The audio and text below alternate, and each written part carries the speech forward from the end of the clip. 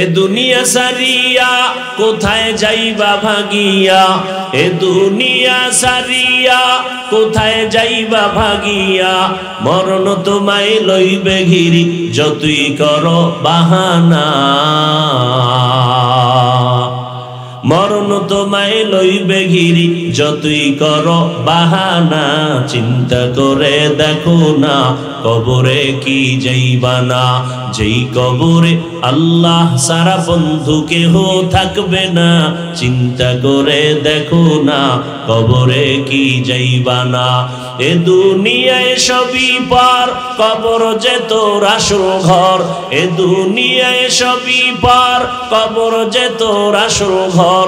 কেমনে সেথায় থাকবি পরে শুধুই মাটির বিছানা, কেমনে সেথায় থাকবি পরে শুধুই মাটির বিছানা।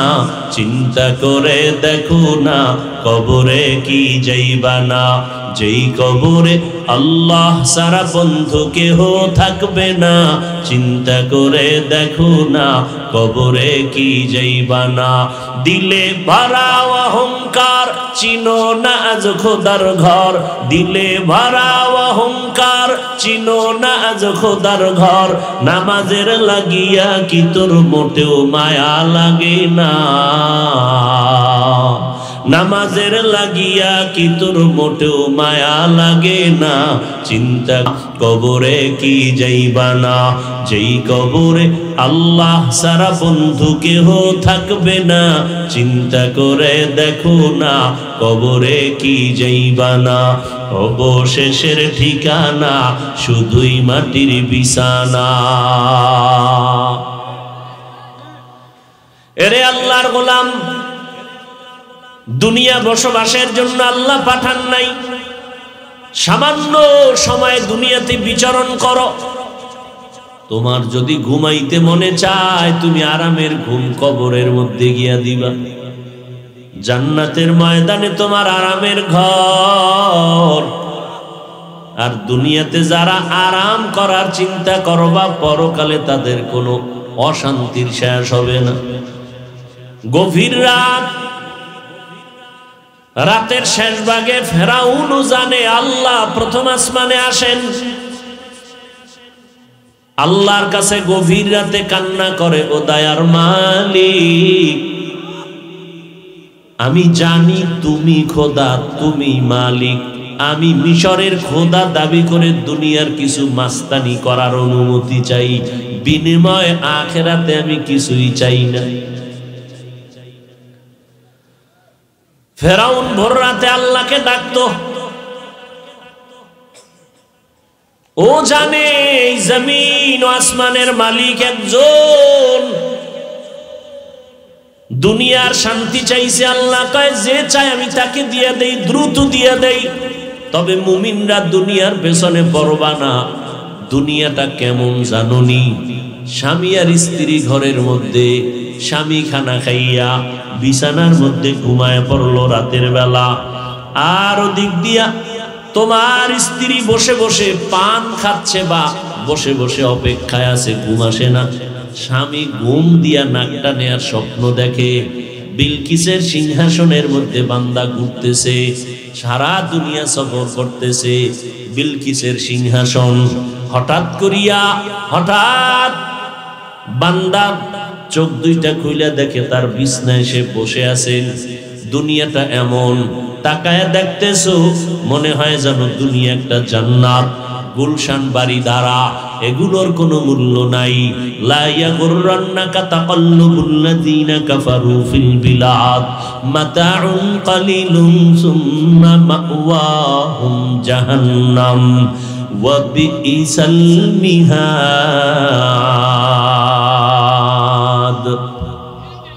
ও মুমিনেরা, কাফের বেঈমানের রংমহল তাজমহল দেইখা পাগল হইও না। তোমার জন্য আল্লাহ এমন সুন্দর তাজমহল বানাইছেন, মরার আগে আল্লাহ ওই ছবিটা তোমার সামনে ধরবেন। কেমন জান্নাত! যেই জান্নাত আল্লাহ বানায় রাখছেন মানুষের জন্য।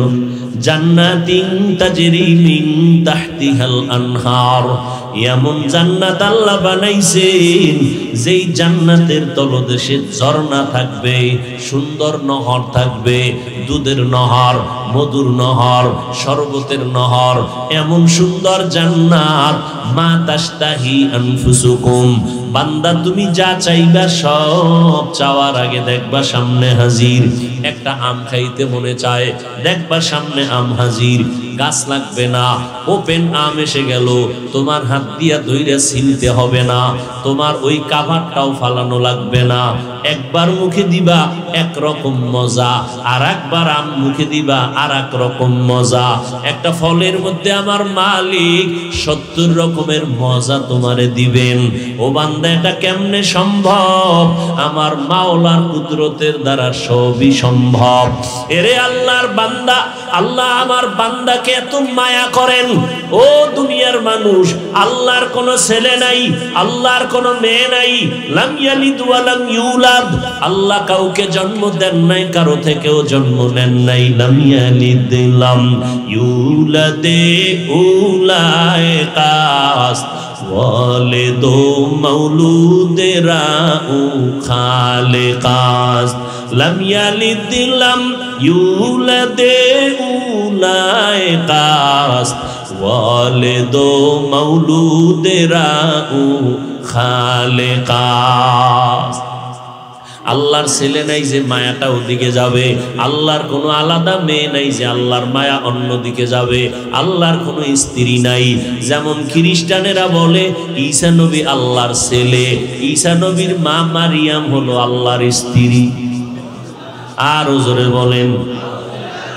আল্লাহ তাআলা বলেন, এই ঈসা নবীর উম্মতেরা, খ্রিস্টানের দলেরা, তোরা মনে করো ঈসা নবী তোদের গুরু, যিশু খ্রিস্ট না, তোরা তাদেরকে খোদার আসনে বসাইছো, আসল মালিক আমি আল্লাহ। বান্দা, ঈসারেও আমি বানাইছি, তোদেরকেও আমি সৃষ্টি করেছি, অতএব তোরা আমার বান্দা, ঈসা নবী আমার বান্দা। ইহুদি ধর্মের মানুষ, তোমরা ওজায়েরকে আল্লাহর সন্তান বলো, ওজায়েরকে তোমরা ধর্মগুরু মনে করো, খোদার আসনে বসাইছো।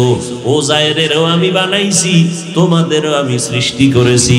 তোমরা অন্য কারো বান্দা না, বরং তোমরা আমার বান্দা, আমি তোমাদের মাবুদ। ও আল্লাহর বান্দারা, আমার বান্দা বলার দ্বিতীয় কারণ, এই দুনিয়ায় ক্ষমতার মহাবৈরা অনেকে নিজে আল্লাহর বান্দা কথাটা ভুলিয়া গেছে। বৌদ্ধ ধর্মের মানুষেরা, ওরা মনে করে ওদের সব খোদার আসনে আছে গৌতম বুদ্ধ। আল্লাহ বলেন না, গৌতম বুদ্ধকেও আমি বানাইছি, তোমাদেরকেও আমি সৃষ্টি করেছি। অতএব তোমরা গৌতমের বান্দা না, গৌতম বুদ্ধ আমার বান্দা, তোমরাও আমার বান্দা, তোমাদের মাবুদ আমি আল্লাহ। এরে দুনিয়ার মানুষ, যারা ভুলিয়া উল্টা পাল্টা পথে চলছো, আসো আমার দরবারে ফিরিয়ে আসো। একবার যদি কাও আল্লাহ ভুল করেছি মাফ করে দাও, তোমার ভুলের মহাসাগর তৈরি করেছো 50 বছর দিয়া, তোমার গুনার পাহাড় বানাইছো 40-50 বছর লাগাইয়া। যদি মাথা নত কইরা একবার আল্লাহ কয়া ডাক দাও, তোর 50 বছরের গুনাহ ক্ষমা করতে আমার 1 সেকেন্ড লাগবে না। আমার দরবারে ফিরিয়ে আয়, আমি আল্লাহ পাকের রহমতের দরজা অনেক বড়, আমার দরজা থেকে আমি কাউকে ফিরায় দেই না। কত বড় বড় বড় বড় বেঈমানকেও আমি আল্লাহ কুদরতের কোলে টেনে নিয়েছি। বান্দা তুই আসতে পারো না, 1 বিঘা তুই আগাবি, আমি মাওলার রহমত তোর দিকে 1 হাত আগায় যাবে।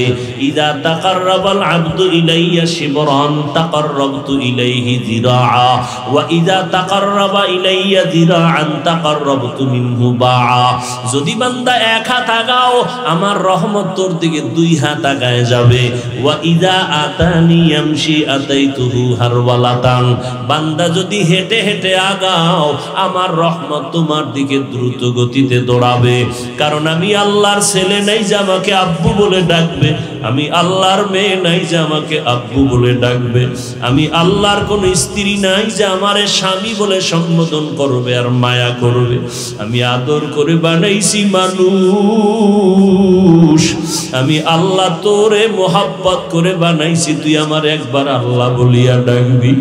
আমারে কেউ ডাকার নাই, আমারে ডাকার জন্য আমি তোরে বানাইছি। তোর জবানটা আমি পবিত্র রাখছি আমারে ডাকার জন্য। তুই যখন আব্বাকে আব্বা বলে ডাক দাও, আমি কুদরতের নজরটা দিয়া তাকায় থাকি। তুই ঠোঁটটা দিয়া যখন আব্বা কও, তোর বাবার কলিজা ঠান্ডা হয়ে যায়। যখন তুই আম্মুকে আম্মু বলে ডাক দাও, মায়ের কলিজা ঠান্ডা হয়ে যায়।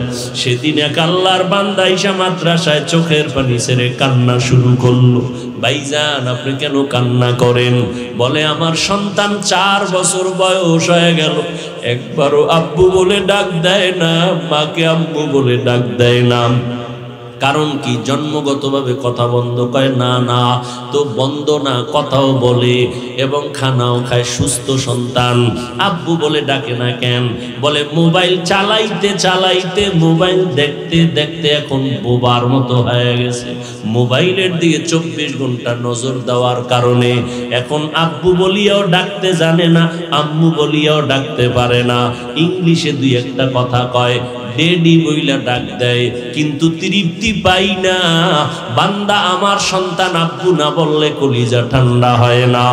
ও আল্লাহর বান্দারা, একটা সন্তানের পিছনে ওই সন্তানটারে মা বানায় নাই, বাবা বানায় নাই, কথা বলার শক্তি মা বাবা দেয় নাই।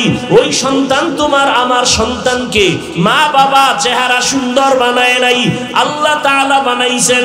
আল্লাহ তাআলা খানার আয়োজন করেছেন, হাঁটার শক্তি ছিল না, মা বাবা হাঁটার শক্তি দেয় নাই। কে দিয়েছেন? ওই মা বাবায় সামান্য একটু মায়া, জামা কাপড় দেয় আর খানা দেয়। এই জন্য মা পাগল, বাবা পাগল হয়ে গেল। আর তোমাকে আমাকে বানাইছেন যিনি আমার মালিক, ওই আল্লাহ কত আদর করে বানাইছেন জানুনি। আল্লাহ তাআলা বলেন, ওয়াফি আনফুসিকুম আফালা তুবসিরুন।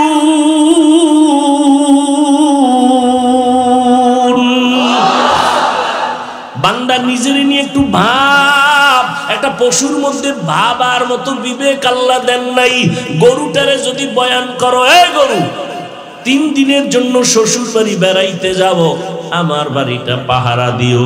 তোমার যদি ক্ষুধা লাগে, বাড়ির দরজার বারান্দায় সুন্দর খানা আছে, ঘাস আছে, খেরকুটা আছে, খাইও। আর বাথরুমের যদি প্রয়োজন হয়, ঘরের পিছনে টাইলস করা বাথরুম আছে, গিয়া বাথরুম করবা। গরুটারে যদি তুমি 3 ঘন্টা বয়ান করো, গরু বুঝবেনি। ওরে আল্লাহর বান্দা, বুঝার ক্ষমতা আল্লাহ তোমাকে দান করেছেন। আল্লাহ তাআলা বলেন, তাকায় দেখ, এই জমিন থেকে 500 বছরের দূরত্বে হলো প্রথম আসমান। প্রথম আসমানটা 500 বছরের মোটা, এর উপরে আবার খালি জায়গা 500 বছর দূরত্বের পরে দ্বিতীয় আসমান। দ্বিতীয় আসমানটা 500 বছরের মোটা। বলেন বাবারা, এই রকম আসমান আছে কয়টা? ভালো করে বলেন। 7টা আসমান আল্লাহ বানাইছেন।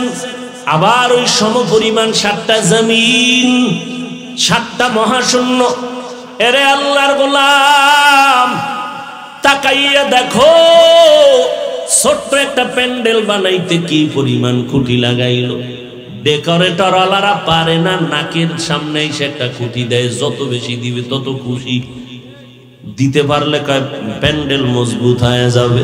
আমার মাওলার কুদরত তাকায় দেখো, কেমন সুন্দর 7টা আসমান আল্লাহ টানায় রাখছেন। একটা খুঁটিও নিচের থেকে নাই, উপর থেকে রশির কোনো টানাও নাই, কখনো নড়াচড়াও করে না, ডিস্টার্বও করে না। আল্লাহ যেভাবে রাখছেন ওইভাবেই সেট হয়ে আছে।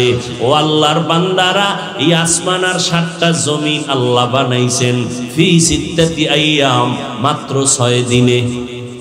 কয় দিন? আর তোমার আমার মতো বান্দা বান্দি, 1 ফোঁটা পানির থেকে আল্লাহ বানাইছেন মায়ের গর্ভে ফেরেশতারে ওয়ার্কার বানাইয়া। 3 কেজির মতো ওজন, 1 হাতের মতো লম্বা, এই বান্দাটারে বানাইতে কয় মিনিট লাগে? বেশি লাগে? কিন্তু তাকাইয়া দেখো, এত বিশাল আসমান, 7টা জমিন আল্লাহ বানাইছেন 6 দিন। আর তোমার মতো আমার মতো বান্দাটারে 1 ফোঁটা পানির থেকে আল্লাহ বানাইতে সময় লাগাইছেন 6 মাসের মতো। সুবহানাল্লাহ। কয় মাসের মতো? কারণ কি? এত বিশাল আসমান জমিন বানাইতে মাত্র 6 দিন, আর একটা 1 হাতের বাচ্চাটারে বানাইতে আল্লাহ এত সময় নিলেন কেন? অফি আনফুসিকুম আফালা তুবসিরুন। একটু নিজেকে নিয়ে ভাবো। আহলুল্লাহ যারা, ওলিয়া উলিয়া যারা, তারা বলেন মান আরাফা নাফসাহু ফাকাদ আরাফা রাব্বাহ। যেই বান্দা নিজেরে চিনে সে তার রব আল্লাহরেও চিনে। আজ আমরা আল্লাহকে কেন চিনি না? কারণ আমাকে আমি চিনি না। চিনি নকল ঠিকানায় চিনি। কেমন চিনি? আমি নিজেরে চিনি এইভাবে। আমার মতো বক্তা বাংলাদেশে আর কেউ নাই। আপনাকে আপনি চেনেন, আপনার মতো টাকার বাহাদুর জমিনে কেউ নাই। আপনি চিনেন, আপনার মতো নেতা এই জমিনে কেউ নাই। আমি চিনি, আমার মতো প্রিন্সিপাল কেউ নাই। আমি আমাকে নকল ভাবে চিনি, আমার মতো মুফতি মুহাদ্দিস কেউ নাই। আল্লাহ কয়, যতই চালাকি করো না কেন, এই পরিচয় তোমার সব ভ্যালুলেস পরিচয়। যেদিন সাদা কাফনে ডুববি, সেই দিন সব বাহাদুরি শেষ হয়ে যাবে। আমারও সাদা কাফন, আপনারও সাদা কাফন। আপনারও 3টা কাফন, আমারও 3টা কাফন। আমি বক্তা হিসাবে সম্মানে কেউ একটা কাফন বাড়াইয়াও দিবে না। আপনি গরিব হিসাবে একটা কাফন কেউ কমাইয়াও দিবে না। ডাক্তারেরও 3 কাফন, রোগীরও 3 কাফন, পীর সাহেবেরও 3 কাফন, মুরিদেরও 3 কাফন। কাফনের উপরে লেখা থাকবে বড় হুজুরের লাশ। সব একাকার। কে ধনী, কে গরিব, কে ইমাম, কে মুক্তাদি, কে ডাক্তার, কে রোগী, কে শিক্ষক, কে ছাত্র, কে বক্তা, কে শ্রোতা, কোনো ভেদাভেদ নাই। অতএব এই পরিচয় দিয়া কোনো লাভ নাই। আমার আসল পরিচয়, আমি আল্লাহর একটা বান্দা। আমার কোনো অস্তিত্বই ছিল না। হাল আতা আলাল ইনসানি হিনুম মিনাদ দাহরি লাম ইয়াকুন শাইআম মাযকুরা ইন্না খালাকনাল ইনসানা মিন নুতফাতিন আমশাজিন নাবতালি ফাজআলনাহু সামিআম বাসীরা। ও বান্দা, তোমার কোনো অস্তিত্বই ছিল না। আল্লাহ 1 ফোঁটা পানির মাধ্যমে তোমার অস্তিত্ব দান করলেন, শ্রবণ শক্তি দান করলেন, দর্শন শক্তি আল্লাহ দান করলেন। ও বান্দা, তোমারে বানাইতে এত সময় লাগলো কেন? 1 নাম্বার জবাব হলো, ভালোবাসার জিনিস বানাইতে বড় সময় লাগে। ঠিক নি? ভালোবাসার জিনিসটা তৈরি করতে অনেক সময় লাগে। কেমনে বুঝাইতাম? আচ্ছা, গার্মেন্টসে ঢুকেন। গার্মেন্টস ওয়ালারা পোশাক বানায়নি, ওটি আমরা পরিনি। কথা কন না? হ্যাঁ, মাইয়া হোলারা পরেনি, পরে। কিন্তু যেটি কাস্টমারের দিবে, এটি হালকা করে দ্রুত খালি বানাও বানাও, সাপ্লাই দাও সাপ্লাই দাও। নিজের মাইয়া ভোলার জন্য যেই পোশাকটা বানায়, বড় সুন্দর করে আস্তে আস্তে কইরা বানায়। ঠিক নি? ও আল্লাহর বান্দারা, আসমান বানাইতে সময় লাগছে, জমিন বানাইতে মাত্র 6 দিন। বান্দা বানাইতে এত 1 হাত লম্বা বাচ্চাটা বানাইতে 6 মাস কেন লাগছে? 1 নাম্বার জবাব হলো ভালোবাসার জন্য। এমন ভালোবাসা দিয়ে আল্লাহ বানাইছেন, এই ভালোবাসা ফেরেশতারে দেন নাই, এই ভালোবাসা জিনেরে দেন নাই। আল্লাহ এমন সুন্দর ভালোবাসা দিয়া বানাইছেন, বানাইতে গিয়া আল্লাহ পাক সুন্দর চেহারা বানাইছেন। ও বান্দা, একটু চিন্তা করো রে বাবা। আর এক জবাব হলো, আমার আল্লাহ এমন সুন্দর করে বানাইছেন, আসমান এমন সুন্দর করে বানান নাই। ওয়াত্তিনি ওয়াজ-যাইতুন ওয়া তুরি সিনিনা ওয়া হাযাল বালাদিল আমিন লাকাদ খালাকনাল ইনসানা ফি আহসানি তাকওয়িম। শুনবেন নি কিছু কথা?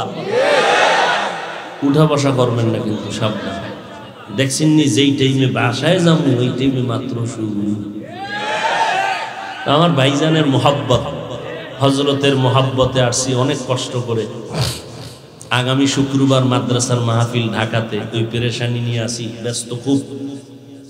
আপনাদের দাওয়াত যাবেন তো ইনশাআল্লাহ? আল্লাহ কবুল করেন। নেক কাজের নিয়ত করলেই সওয়াব। আল্লাহ সবাইকে কবুল করেন। হ্যাঁ, কি কথা বলতেছিলাম? আল্লাহ সুন্দর করে বানাইছেন, মাশাআল্লাহ। সজাগ থাকেন। আল্লাহ সুন্দর করে বানাইছেন, কথাটার গ্যারান্টেড কত? কয় চারটা জিনিসের শপথ খেয়ে বললেন আমি সুন্দর করে মানুষ বানাইছি। আসমান সুন্দর করে বানাই নাই, আসমান এত সুন্দর, এর থেকে মানুষ আরো বেশি সুন্দর। সুন্দরবন যত সুন্দর, এর থেকে মানুষ আরো বেশি সুন্দর। মানুষের মতো সুন্দর কিছু আল্লাহ বানান নাই। কেমন সুন্দর জানেননি? টোটাল 7টা আসমানের মধ্যে এই পরিমাণ ডিজাইন নাই। এটা চোখের মধ্যে যে ডিজাইন আল্লাহ দিয়েছেন। এই যুবক, সারা রাত মোবাইল নিয়ে আকাম না কইরা গবেষণা কর। মানুষের কেমনে বানাইছে গবেষণা কর। আসমান কেমনে বানাইছে, সৌরজগৎ কেমনে বানাইলেন, এগুলি নিয়ে গবেষণা কর। হাসো কেন? আমি হাসির কথা বলছি? তোর কপালে জুতার বাড়ি দেওয়ার কথা বলছি, তুই হাসো কেন? এটা হাসার প্যান্ডেল না কান্নার প্যান্ডেল? হাসো কেন? হাসো কেন? তার জবাব ১৫০০ বছর আগে রাসূল দিয়ে গেছেন, লা ঈমানা লিমান লা হায়া আলা। যাদের লজ্জা নাই ওদের ঈমান নেই। লজ্জা না থাকার কারণে হাসো। এটা হাসির প্যান্ডেল না, এটা কান্নার প্যান্ডেল, এটা তওবার প্যান্ডেল, এটা গুনাহ মাফের প্যান্ডেল। লজ্জা থাকলে মাথা নত করতেছে, সি সি আমি এত খারাপ। মুসলমানের বাচ্চা, তুমিও মুসলমান, আমিও। যুবককে বলছি, যুবককে বলছি, তুমিও মুসলমান, আমিও। তোমার আল্লাহ আমার আল্লাহ আলাদা না এক? তোমার আমার নবী, কাবা, কোরআন, ধর্ম, কালেমা, দুনিয়াতে আসছি না তোমরা শুধু লঙ্গি ভরে আসছো? সব এক। বিদায় বেলার সিস্টেমও, কাফন হবে কয়টা? কালার আলাদা। যারা দাঁড়াইয়া ইয়া নবী বইলা নবীরে ডাক দেয় তাদের কাফনের কালার হবে একরকম, আর যারা বইয়া বইয়া নবীরে সালাম দেয় তাদের কাফনের কালার হবে আর এক রকম। তো কি হবে? কি হবে? সাদা। কি হবে? সাদা। কে সুন্নি, কে গায়রে সুন্নি, কে দাঁড়াইয়া নবীরে সালাম দেয়, কে বইয়া দেয়, নিয়ে কোনো ভেদাভেদ নাই। কাফনে ঢুকার পর দেখা যাবে কার বাহাদুরি কত দূর। ও যুবক, কবরের সাইজও হবে নাকি তোমরা 10 হাত? কবরের সাইজও এক। কবরে প্রশ্ন হবে 3টে, তাও এক। আমাকে যেই প্রশ্ন করা হবে বাবা, তোমাদের সে একই প্রশ্ন করা হবে। রবের পরিচয় দাও, ধর্মের পরিচয় দাও, রাহমাতুল লিল আলামিনের পরিচয় দাও। এই 3টা জবাব যদি দিতে পারো তোমার কপাল খুলে যাবে, দিতে না পারলে কপাল পুড়িয়ে যাবে। ও আল্লাহর বান্দারা, আমাকেও এই 3 প্রশ্ন, আপনাদেরও সে একই 3টা প্রশ্ন। দুনিয়ার সবার বেলায় প্রশ্ন 3টা এক। কিন্তু দুঃখ, তোমাদের পিছনে সময় দিতে দিতে খাওয়ার টাইম পাই না, নামাজের টাইম পাই না, ঘুমানোর টাইম পাই না। অথচ আজকে বয়ান করা দরকার চট্টগ্রামের পাহাড়ে ঢুইকা, উত্তরবঙ্গে গিয়া বয়ান করা দরকার। ওখানে আমার মুসলমানদেরকে কাদিয়ানীরা টাকা দিয়ে কাদিয়ানী বানায়, খ্রিস্টানেরা খ্রিস্টান বানায়। ওখানে যাইয়া বয়ান করা দরকার বেশি, কিন্তু কই? আরে 12টা মাস কি রৌদ্র, কি বৃষ্টি, কি রাত্র, কি দিন, ফজরের পর জোহরের পর আসরের পরে মাগরিবের পরে এশার পরে সারা রাত পর্যন্ত তোমার মতো মুসলমানের পিছনে তালি দিতে দিতে ঘুমানোর টাইম নাই, খানার টাইম নাই। ও বাবা, কারণটা কি? কি জানি তোমারে ঠেকায় বইরা গেলাম। আজকে হিন্দুদের মসজিদ মজলিসে গিয়া যদি বয়ান করতাম, খ্রিস্টানদের গির্জায় গিয়া যদি বয়ান করতাম, 12 মাস বয়ান লাগতো না ইনশাআল্লাহ। মাত্র 6 মাস যদি 1 ঘন্টা কইরা ডেলি বয়ান করতাম, আমার দেশের সব খ্রিস্টান হিন্দু আমার মদিনাওয়ালার পাগল হয়ে যাইত। ও অথচ তোমার এত বুঝান বুঝায় তাবলীগওয়ালারা পাও দূরে দূরে বুঝায়, অথচ তোমার কাছে তো সে ঠেকা না, এরপর তোমার কাছে আসে। অথচ আমি হুজুরের জামা পরিষ্কার, যদিও সাধারণভাবে চলি, আমার রুমাল পরিষ্কার, আর তোমার শরীরের পার্শ্বে দাঁড়াইলে দুর্গন্ধ, বিড়ির গন্ধ, নেশার গন্ধ। তুমি ঠিক মতো গোসল করো না, ঠিক মতো ওযু ইস্তেনজা করো না, বাথরুম থেকে পরিষ্কার পরিচ্ছন্নতা অর্জন করো না, তোমার কাছে দাঁড়াইলে গন্ধ ছাড়া কিছুই নাই। অথচ আমার মতো আলেমরা, আমার মতো হুজুরেরা, তাবলীগওয়ালারা দিন নাই রাত নাই তোমার মাথায় হাত বুলাইয়া ডাকে, বাবা আসো, মদিনার পথে আসো, নামাজ পড়ো, দাড়ি লম্বা করো। ব্যাপারটা কি একটু বুঝো রে বাবা? এরপরেও আজকে দুঃখ লাগে, আমি টুপি মাথায় না দিলে লজ্জা লাগে। আর তুমি কেমন মুসলমান, তুমি টুপি মাথায় দিতে লজ্জা লাগে, আমি দাড়ি কাটতে লজ্জা পাই। আর তুমি কেমন মুসলমান, দাড়ি রাখতে রাখতে লজ্জা পাও। আমি বেপরদায় চলতে লজ্জা পাই, আর তুমি পর্দা করতে লজ্জা পাও।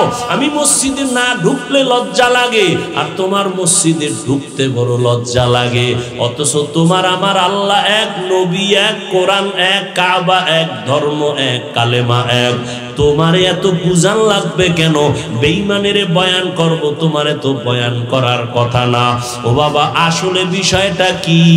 একমাত্র কারণ হলো ওই মদিনাওয়ালা নবীর মোহাব্বতের আগুন সব নবীর আশিকের সিনার মধ্যে জ্বলতেছে। উম্মতের চিন্তায় মাথা গরম। এখন তো উম্মতের নিয়ে ভাবারও সময় নাই, ভাবার মানুষও নাই। কারণ যারা ভাববেন এই জমিনে আর নবী আসবেন না, আবু বকর আর পাবা না, কিয়ামতের আগে কোন সাহাবায়ে কেরাম রে পাইবা না, এই জমিনে যাদের চেহারা দেখলে অন্তর সোজা হয়, আল্লাহ ওলি হয়ে যায় মুহূর্তের মধ্যে, তাদেরকে পাইবা না। ইমাম বুখারীকে আর পাবা না, ইমাম মুসলিমকে পাবা না, ইমাম আবু হানিফাকে আর পাইবা না। এই জমিনে উম্মত একমাত্র লাইন ধইরা চলবে ওলামাদের পিছনে, ওলামায়ে আহলে হক। কিন্তু আজকে দুঃখ লাগে, উম্মতের নিয়ে ভাবার মানুষ কইমা যাইতেছে। যারা ভাবতেন, যাদেরকে পাইছিলাম, এরাও কিন্তু চলে গেলেন। হাটহাজারীর হুজুরের পাইয়াও হারায় ফেললাম, মুফতি আমিনী রহমাতুল্লাহ আলাইহিকে পাইয়াও হারায় ফেললো জাতি। এই জমিনে শেখুল হাদিস আল্লামা আজিজুল হক রহমাতুল্লাহ আলাইহিকে পাইয়াও মানুষ হারায় ফেললো, চিনল না। এই জমিনে হাফিজি হুজুরের মতো রত্ন পাইয়াও মানুষ হারায় ফেললো। চরমনের জমিনে ঘুমান্ত সৈয়দ ফজলুল করিম রহমাতুল্লাহ আলাইহিকে পাইয়াও মানুষ চিনতে পারলো না, হারাইয়া ফেললো। হাটহাজারীর হুজুর মাদ্রাসা নিয়ে ভাবে নাই, উম্মত নিয়ে ভাবছেন, উম্মত নিয়ে চিন্তা করছেন। এখন তো চিন্তা করার কেউ নাই। আর যারা দুই একজন একটু মাঝে মাঝে চিন্তা করে সামনে আগাবেন, এমন ওয়াশালীন, এমন বেয়াদবের আবির্ভাব হয়েছে। আল্লাহওয়ালা বড় বড় ব্যক্তিদের ব্যাপারে ফেসবুকে কলম ধরতে চিন্তাও করে না বেয়াদবেরা।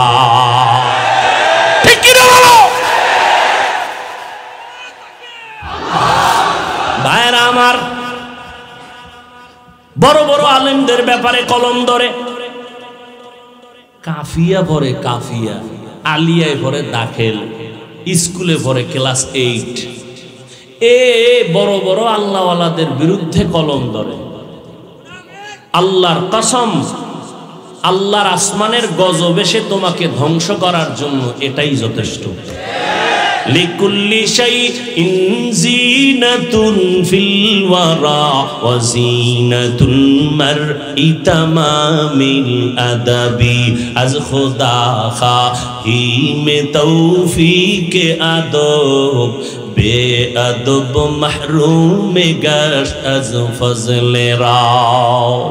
এরে আল্লাহর বান্দারা, ওলামায়ে আহলে হকের লাইন ছাড়া জান্নাতে ঢোকার কোন লাইন কিয়ামতের আগে খোলা হবে না। ওই ওলামায়ে আহলে হক দিন রাত্র মেহনত করে তোমার পেছনে। ও যুবক, তোমারে তো কিন্তু বলে না তুমি আমার মতো হুজুর হইয়া যাও। এই যুবকেরা, এই যে এতক্ষণ বয়ান করলাম, একবারও বলছি স্কুল ছেড়ে দাও, তাবলীগে না গেলে জাহান্নামে যাবা বলেছি?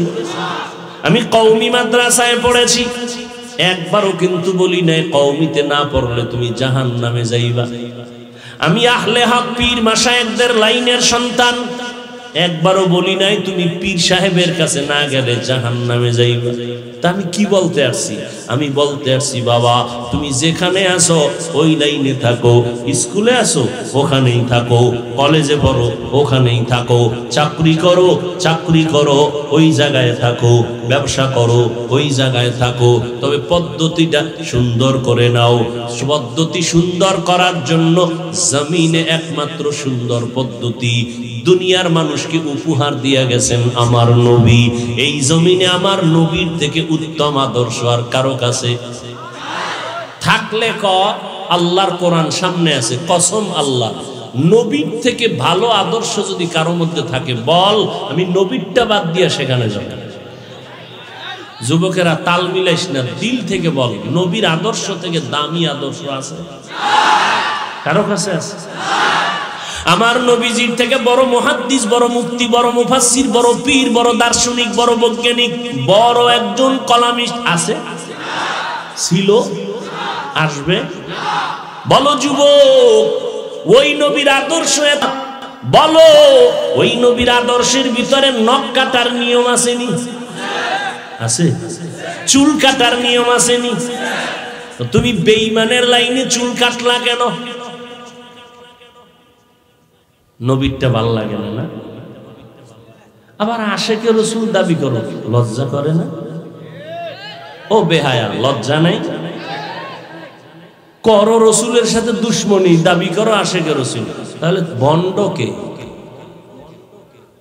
তুমি দাড়ি কাটলা, চুল কাটলা বেঈমানের লাইনে, তুমি কও আমি আশেকে রসুল, তো ভণ্ডকে আমরা না? একটা লাইন তো হইল, হয়তো আমরা ভণ্ড, তোমরা দাড়ি কামানেওয়ালারা আসে, আর না হয় তোমরা ভণ্ড আমরা রসুলের আসে। একটা সমাধানে আসো। ও যুবক আমি তোমার ক্ষতির জন্য আসি নাই রে বাবা, মনটা তৈরি করে রাখছি। যদি কেউ বলো হাফিজ ভাই নিচে নামেন, আমার দুইটা পায়ে যদি আপনি হাত দেন আর জীবনে দাড়ি কাটবো না। একটু বল আমি নিচে নাই না, তোর পাও ধরতে রাজি আছি, কারণ আমার নবীরে কষ্ট দাও অন্তরেরে মানানো যায় না রে বাবা।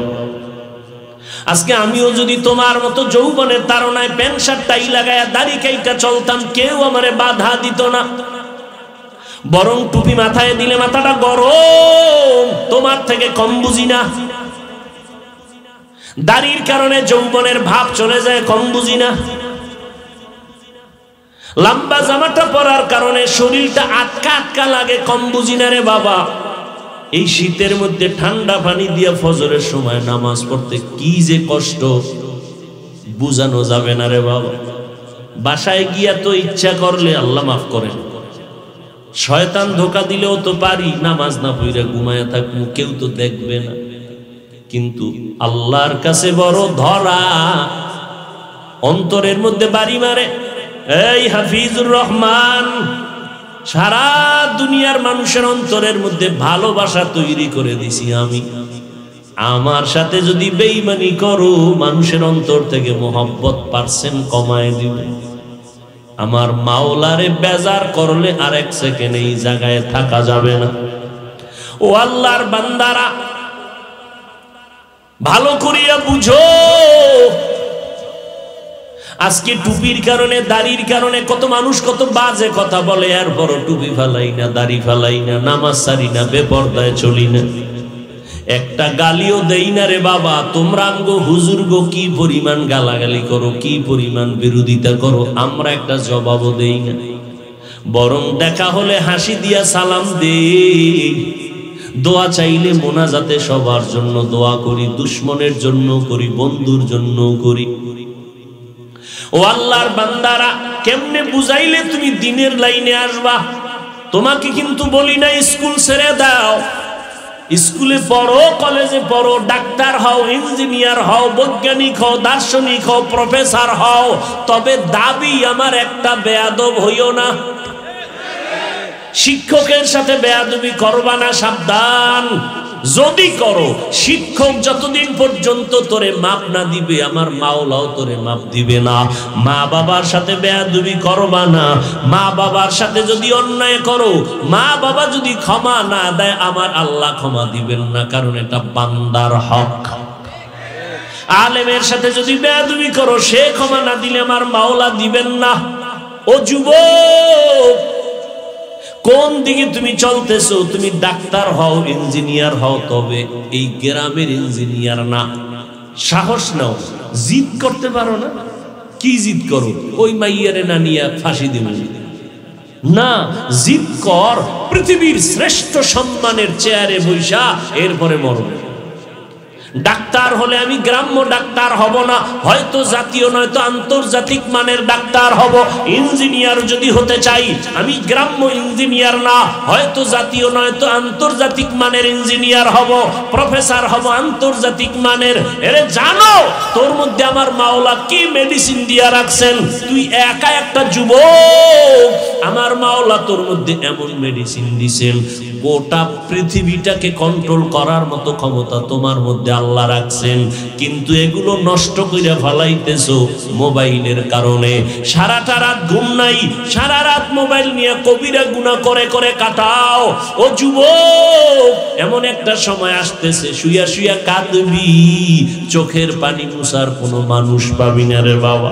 অনুরোধ করে বলছি রে বাবা, তুমি একজন ভালো ডাক্তার হও, ইঞ্জিনিয়ার হও, প্রফেসর হও, সেজন্য সম্মানের প্রফেসর, তাসনিমার মতো ডাক্তার না, সম্মানজনক ডাক্তার। আমাগো দেশের মধ্যে আমাগো দেশি সন্তান আন্তর্জাতিক মানের ডাক্তার নাই, কথা কন না কেন? তো তুমি সেইটা হও, তোমার মধ্যে নাই কি? কিসের অভাব? কিসের অভাব? হ্যাঁ, ওই মানদণ্ডে যদি পৌঁছতে চাও, তোমার মধ্যে মেডিসিন আছে, ব্যবহার করো, তবে দুইটা পুঁজি লাগবে। বলো কয়টা পুঁজি?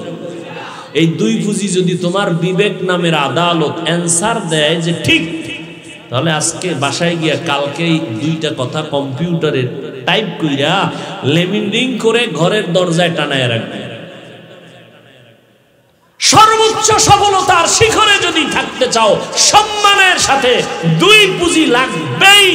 একটা হলো সুস্থতা, দ্বিতীয়টা হলো সৎ চরিত্র, আখলাকে হাসানা। মুখস্থ কর। এক নম্বরে কি? আচ্ছা, তোর বাড়ি আছে, গাড়ি আছে, সব আছে, তুই বিছনায় পড়ে রইছো অসুস্থ, লাভ আছে? হ্যাঁ। আচ্ছা, তুমি ক্লাসে খুব দামি, কলম মারার আগে 99, পরীক্ষায় ফার্স্ট ক্লাস ফার্স্ট, কিন্তু তোমার চরিত্র খুব লুজ, দাম আছে? কেউ দাম দিবে? কয় জিনিস লাগবে? সুস্থতা আর সৎ চরিত্র, আখলাকে হাসানা। এই দোনোটাকে জবাই করেছো মোবাইল দিয়ে। বাসায় গিয়া গুগলে সার্চ দিবি, এই যুবক, বাসায় গিয়া গুগলে সার্চ দিবি। আজকে সমস্ত চিকিৎসা বিজ্ঞানীরা একমত, মানুষের সুস্থতার জন্য আল্লাহর দেওয়া একটা ফ্রি ঔষধ আছে, মহা ঔষধ ফ্রি, রাতের ঘুম। কি? রাতের ঘুম। তাও কিন্তু সারা রাত না, সন্ধ্যা রাতের ঘুম না, শেষ রাতের ঘুম না, মধ্যরাতের ঘুম। শরীরের জন্য শুধু ঔষধ না, মহা ঔষধ। এই ঘুমটারে নষ্ট করছো মোবাইলে কবিরা গুনাহ করিয়া। শেষ রাতের ঘুম না, কিন্তু সাবধান, দৈনন্দিন 5 বার আজান দেওয়া হয়নি। জোহর, আসর, মাগরিব, এশা, ফজরের মধ্যে কোনো ব্যবধান আসেনি? নাই। ফজরের আজানে আসেনি। কি ব্যবধান কও যুবকেরা, কও। আসসালাতু খায়রুম মিনান নাওম অর্থ কি? ঘুমের চেয়ে নামাজ ভালো। কোন ঘুম? সন্ধ্যা রাতের ঘুম। কেন কেন? জোহরের আজানের মধ্যে কোনো ব্যবধান নাই, আসরে নাই, মাগরিবে নাই, এশায় নাই। কোন আজানে? ফজরের আজান। ও আজানটা কেন আলাদা? কয় ঘুমের থেকে নামাজ ভালো। কোন ঘুম থেকে? শেষ রাতের ঘুম। কারণ ওই টাইম তোমার শরীরের জন্য ঘুমটা উপকারী না। সন্ধ্যা রাতের ঘুম তোমাদের শরীরের উপকারী না। মাঝখানের ঘুমটা 10টা 11টা 12টা 1টা 2টা 3টা, এই ঘুমটা শরীরের ঔষধ। এরে আল্লাহর বান্দারা ভালো করে বুঝো, শেষ রাতে আল্লাহ প্রথম আসমানে আসেননি। এটা কি আজকে শুনলেন না আরো আগে শুনছি? মাঝে মাঝে আসেন না প্রতি রাত? সবাই কও কেন আসেন? বান্দার থেকে কিছু নিতে না বান্দাকে দিতে? নিতে। তোমার কিছু লাগবে? তুমি স্বয়ং সম্পূর্ণ, কিছু লাগবে? টাকা লাগবে? সুস্থতা লাগবে? তুমি ঘুমাও কেন? আল্লাহ আইছে তোমারে দিতে, তুমি ঘুমাও। কেমন মাস্তান! অতি গভীর হয় রজনী যখন, নীরবে প্রভুর নাম জপিও তখন।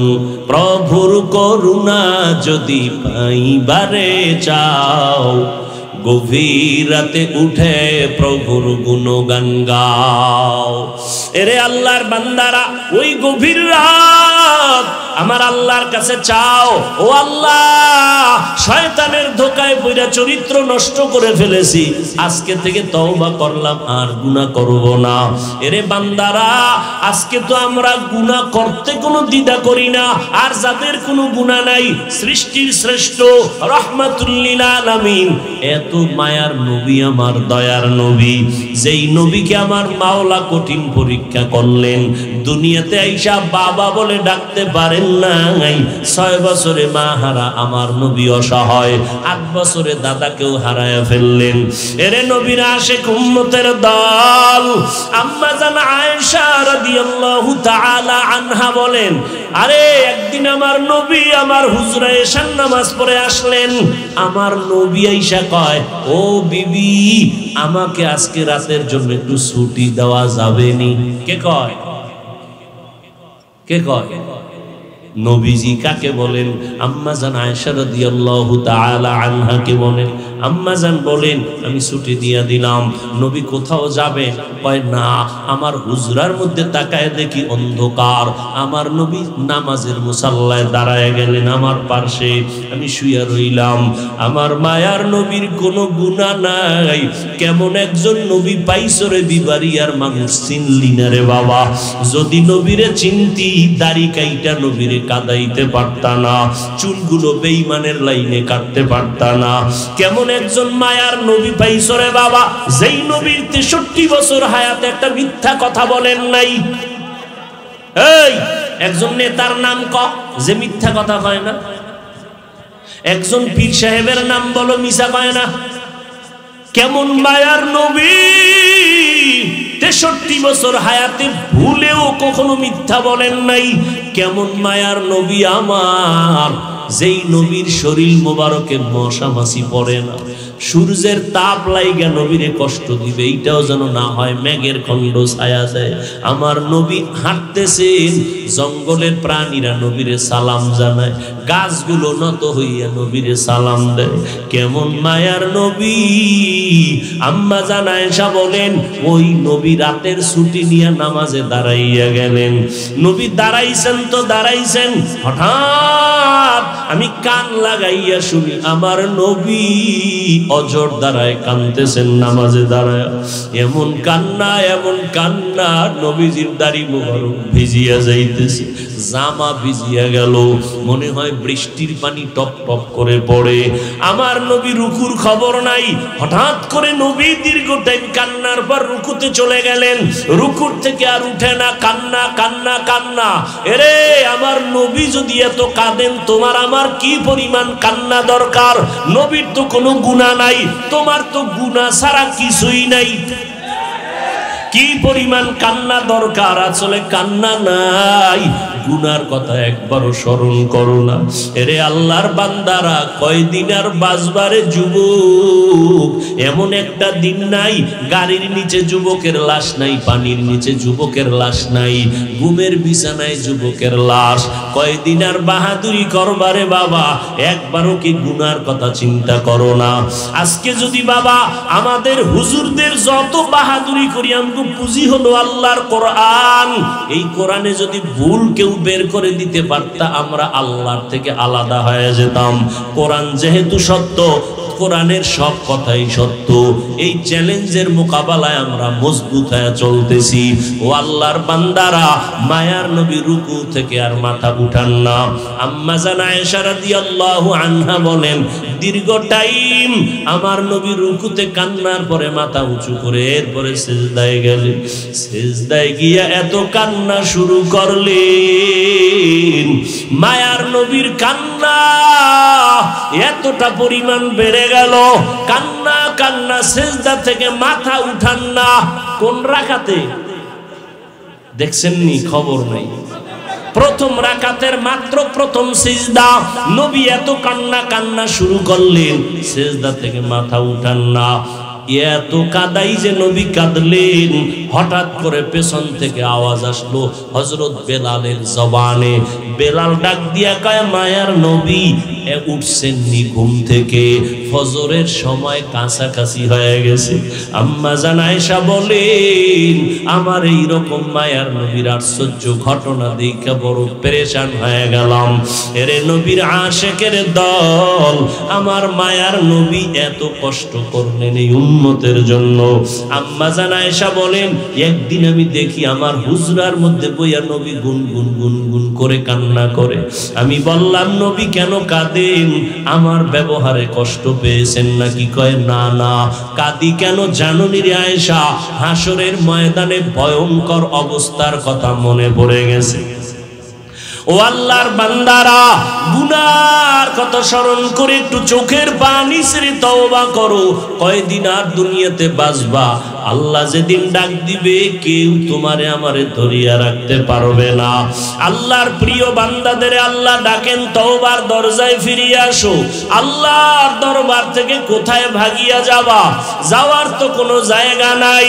মায়ার নবী কাঁদেন, হাসরের ময়দানের ভয়ঙ্কর হালাত হবে, মানুষগুলো উলঙ্গ দাঁড়াবে, নবীরা পর্যন্ত উম্মতের কথা ভুলিয়া যাবে, কান্নায় বিভোর হয়ে যাবে। আম্মা জান আয়েশাকে নবী বলেন, ও আয়েশা, উম্মতেরা পাগলের মতো হইয়া নবীদের কাছে ঘুরবে, কেউ সুপারিশের জন্য জিম্মা নিবে না, নিজেরে নিয়ে ভাববেন আর কাঁদবেন। সর্বশেষ উম্মতগুলো আমার দরবারে আসবে। আম্মা জান বলে, নবী আপনি কোথায় থাকবেন হাসরের মাঠে? মায়ার নবী বলেন, আয়েশা, আমি আল্লাহর আদালতে দরবারে মাকামে মাহমুদে সিজদায় পড়ে কান্না করব। অন্য নবীরা কাঁদবেন নিজের জন্য, উম্মতের কথা ভাববেন না। আর আমি একবারও নিজের কথা বলবো না, আমি আল্লাহর কাছে কাঁদবো আর বলবো, আল্লাহ আমার উম্মতেরে বাঁচাও, আমার উম্মত গুলো জাহান্নামে যেন না যায়। আল্লাহ বলবেন, নবী আপনি কাঁদবেন না, মাথা উঁচু করেন, আপনার উম্মত গুলো ধরে ধরে জান্নাতের দিকে নিয়ে যান। আম্মা জান আয়েশা বলেন, তখন আপনি কি করবেন? নবী বলেন, আমার উম্মত গুলো বাছাই করে করে আমি জান্নাতের রাস্তায় নিয়ে যাব। হাজার কোটি মানুষের মধ্যে চিনবেন কি করে?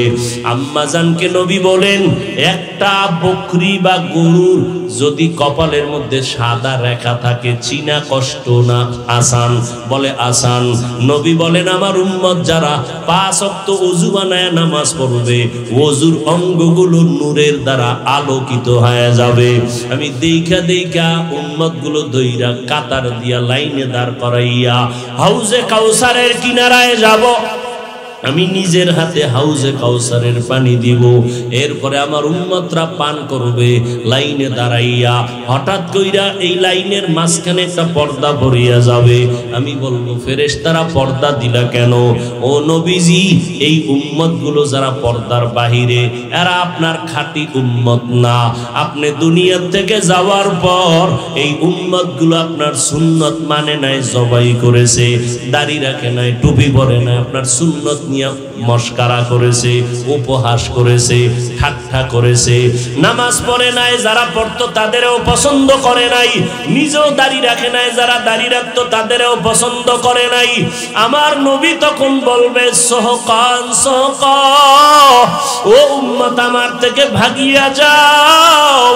আল্লাহ না করুন ওই নবীর ভাগার দলে যদি আল্লাহ না করুন পড়িয়া যাই, তখন বলো বাবা কি উপায় হবে? ওই সময় জাহান্নাম ছাড়া উপায় নাই। আর আল্লাহর আদালত বড় কঠিন। এক সেকেন্ড দুনিয়ার সূর্যের গরম সইতে পারি না, গরম আসলে বাসায় গিয়া ফ্যানের বাতাস না চালায় ঘুমাইতে পারি না, মশারি ছাড়া মশার কারণে ঘুমাইতে পারি না। ও গুনাহগারের দলেরা, ওই কবরে যদি তওবা না করে গুনাহ নিয়ে যাও, কই পাইবা মশারি বলো? ওই জাহান্নামের আগুন, দুনিয়ার আগুন সহ্য করা যায় না, জাহান্নামের আগুন কেমনে সহ্য করবা? আল্লাহ ডাকছেন, বান্দা তওবা কর, আমার দরবারে 2 ফোঁটা চোখের পানি ছেড়ে কাঁদো। ও যুবকেরা, গুনার কথা স্মরণ করে অন্তর দিয়া গোপনে আমার আল্লাহকে ডাক দাও, হে মালিক, এই ময়দানে আমার মতো গুনাহগার কেউ নাই। গুনার কারণে আমার হাত না পাক, আমার চোখ না পাক, আমার জিহ্বা না পাক, আমার অন্তর না পাক। আজকে থেকে তওবার নিয়ত করো রে বাবা। হায়াতের মালিক আল্লাহ, ইজ্জতের মালিক আল্লাহ, রিজিকের মালিক আল্লাহ। আর কোনদিন নামাজ ছাড়বা না, বেপরদায় চলবা না, মা বাবাকে কষ্ট দিবা না, ওলামায়ে কেরামের বিরুদ্ধে যাবা না, নবীর তরিকা মেনে চলবা, দাড়ির মধ্যে কখনো অস্ত্র লাগাইবা না। তওবা যদি নসিব হয়, 2 ফোঁটা চোখের পানি ছেড়ে মাওলাকে ডাকো। জীবন চলিয়া গেল আর নামাজ ছাড়বা না, দাড়ি কাটবা না, বেপরদায় চলবা না, মা বাবার দোয়া নিয়া চলবা, বেয়াদবি করবা না, উলামায়ে কেরামের পরামর্শ নিয়ে চলবা, বেয়াদবি করবা না। ওরে আল্লাহর বান্দা, তোমার মতো কত যুবক স্কুল কলেজে পড়ে, চাকরি করে, ব্যবসা করে, নামাজ ছাড়ে না, তুমি কেন পারবা না?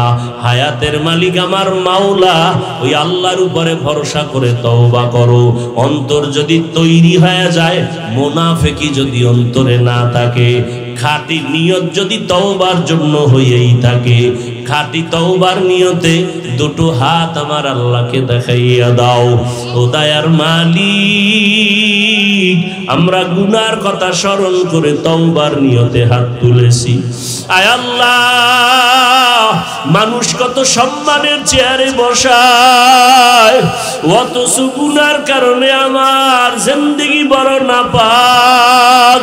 আজকে গোপনে আপনার দরবারে তওবার নিয়ত করেছি, আর নামাজ ছাড়বো না, আর দাড়ি কাটবো না, বেপরদায় চলবো না, নবীর তরিকার বাইরে চলবো না, মা বাবারে কষ্ট দিব না, ওলামায়ে কেরামের সাথে বেয়াদবি করবো না। ও আল্লাহ, আমার একটা কলিজার যুবকেরও খালি ফিরাইয়া দিয়ে।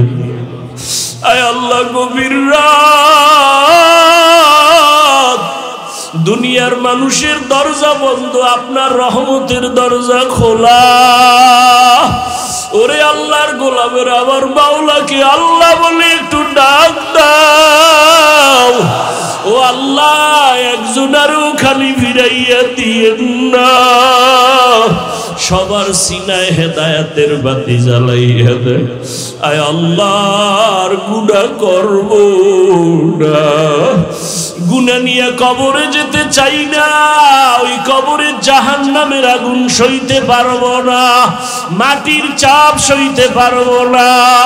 আয় আল্লাহ, আমাদের তওবা কবুল করিয়া নেন, তওবার উপরে মজবুত হইয়া চলার তৌফিক দান করেন, আমিন। আলহামদুলিল্লাহি রাব্বিল আলামিন, والصلاة والسلام على سيد الأنبياء والمرسلين।